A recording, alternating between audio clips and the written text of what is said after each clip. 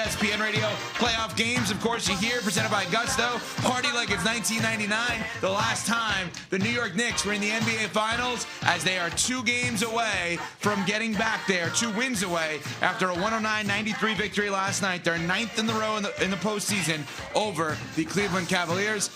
All right, it's done. Lola, Michelle Smallman, Chris Canty, I'm calling with you. It's done. It is done. The Knicks are going to the finals. Done, done, done. Good morning, everybody. Nobody's arguing with me on that. You said the Knicks are going to the finals? Yeah. The Knicks are going to win the finals. Okay. Now, that's just a step you don't cross. No, it's not. No, it's not. What's going on in the Western Conference with those teams literally limping to the finish line? Wait, is this the earliest pre-take? The Knicks are going to win the chip. Did you see what I saw last night? I saw it too. They look great. The Knicks are going to win the title. You heard it here first, folks. You heard it here first. Can you imagine a summer in New York City when the Knicks win the chip? Buckle up. The Knicks win the chip. After the longest Bobblehead winter. Brunson coming through. I really, for him, I would love to see Jalen Brunson be the guy to do it for the Knicks. There's just no good answers to stop him. There just aren't. The Cavs did everything they could. We said they need to send more double teams at him. Well, guess what? They did that last night. Yeah. They sent a ton of double teams at Jalen Brunson. Guess what? It didn't matter. The dude set a playoff career high with 14 assists. 6 of those 14 assists came off of double teams from the Cavs. He was killing them, Smalls. He had 2 points at halftime, and he finished with 19 points. This dude in the second half scored or assisted on 39 of the 56 Knicks points in the half. That was outstanding by Jalen Brunson. He can give it to you any way you want it. He can do it with being the catalyst and scoring the basketball at a high clip, or he can distribute and get others involved. And last night was a game where he did the latter and the others made shots. So kudos to them. Last night, in my mind, will forever and always be the Josh Hart game. Absolutely. I thought he was outstanding in terms of having the mental toughness to bounce back from an abysmal Game 1 performance, to start off 0-3 from three-point land and to finish 5 of 11. He had 2 huge threes at the end of the second quarter that let the Knicks finish with a lead at halftime. He had 2 huge threes that capped an 18-0 run midway through the third quarter, and at that point, it was game, set, match. Josh Hart was absolutely phenomenal. Pretty much everybody in the starting lineup for the Knicks played really well last night. But to me, Josh Hart is the one that stands out. No pun intended. His heart embodies everything that this team wants to be about. Yeah, I felt like the Cavs were saying, we're not going to let Jalen Brunson beat us. And Josh Hart was like, okay, I will. Hand raised. Tap me in. I got you. But you're ready to go there already, CC? Yeah.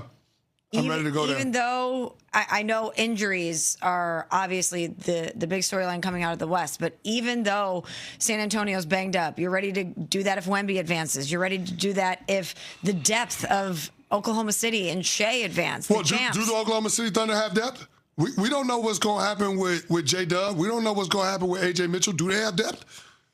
I mean, until I see one of the other point guards from the San Antonio Spurs on the court, alive and well and contributing to their team, I'm not going to believe it. So, those other 2 teams are killing themselves in the Western Conference Finals. That's going to be a long series, and we could be talking about the Knicks having this thing wrapped up by next Tuesday. 109-93. It got close for a second late, and then OG Anunoby hit a big 3 to put it back to double digits. But this is not a series. This is not I'm sorry. The way in which the Knicks are playing right now, and we bring up Jalen Brunson. Jalen Brunson is so damn good, and I have been so wrong about him. I personally said, he's not the best player in the team OG Anunoby is.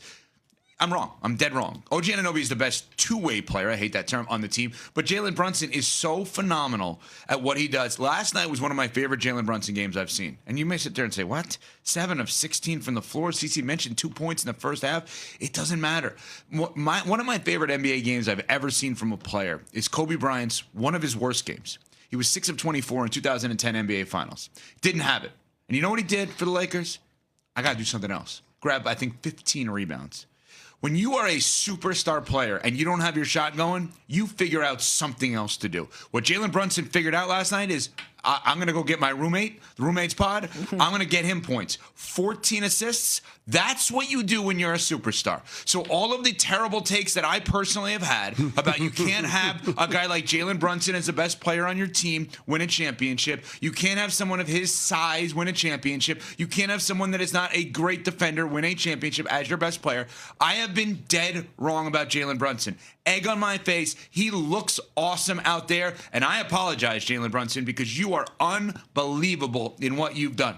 Unbelievable. And this is no longer a series. I'm sorry. The Knicks are kicking their butt. So the fans at MSG had it right at the end of the game. Knicks in four. Knicks in four. Knicks in four. They had it right.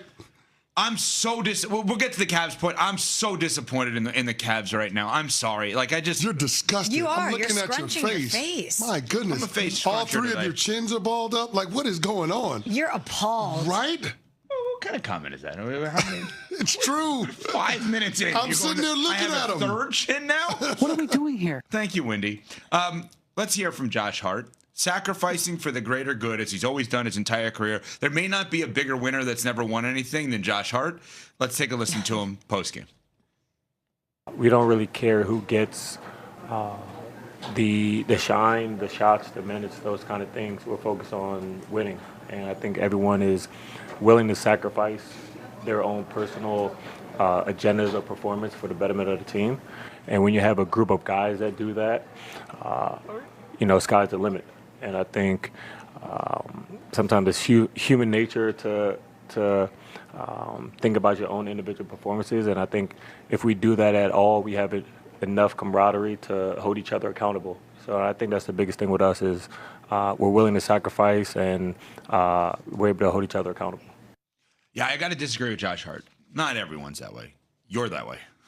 Josh Hart's that way. This team is that way. This team is that way. And I can't help but think, in listening to what he said, after being benched in game one, he didn't like it, but he's willing to do whatever it takes to win. Last night during the game, Karl-Anthony Towns said it's Hart's willingness to sacrifice that makes him so special to us, meaning the Knicks team. Hearing what he had to say, Josh Hart being a post-game, he called himself a servant to his teammates, to that locker room. I can't help but go to the place of think about the bet that Leon Rose made on the Villanova culture and importing that. They had Jalen Brunson, getting Josh Hart, making the move to bring over Mikal Bridges. Three of the key ingredients that Jay Wright was working with when that team was contending for titles. And I know Stephen A. always talks about the hefty price that the Knicks paid in order to bring over Bridges, who I thought was great last night. And maybe it wasn't just an investment in the player. Maybe it was an investment in the culture of the team. Having that element in your locker room, listening to what they're saying, I mean, it's a culture that the Knicks haven't had in that building for a really long time. And now they are on the doorstep of getting back to the NBA Finals for the first time in a quarter century. No doubt. And, somebody said something to me once that I fought initially. A friend of mine said, so-and-so is a really great follower. And I was like, why are you calling them that? That's so rude.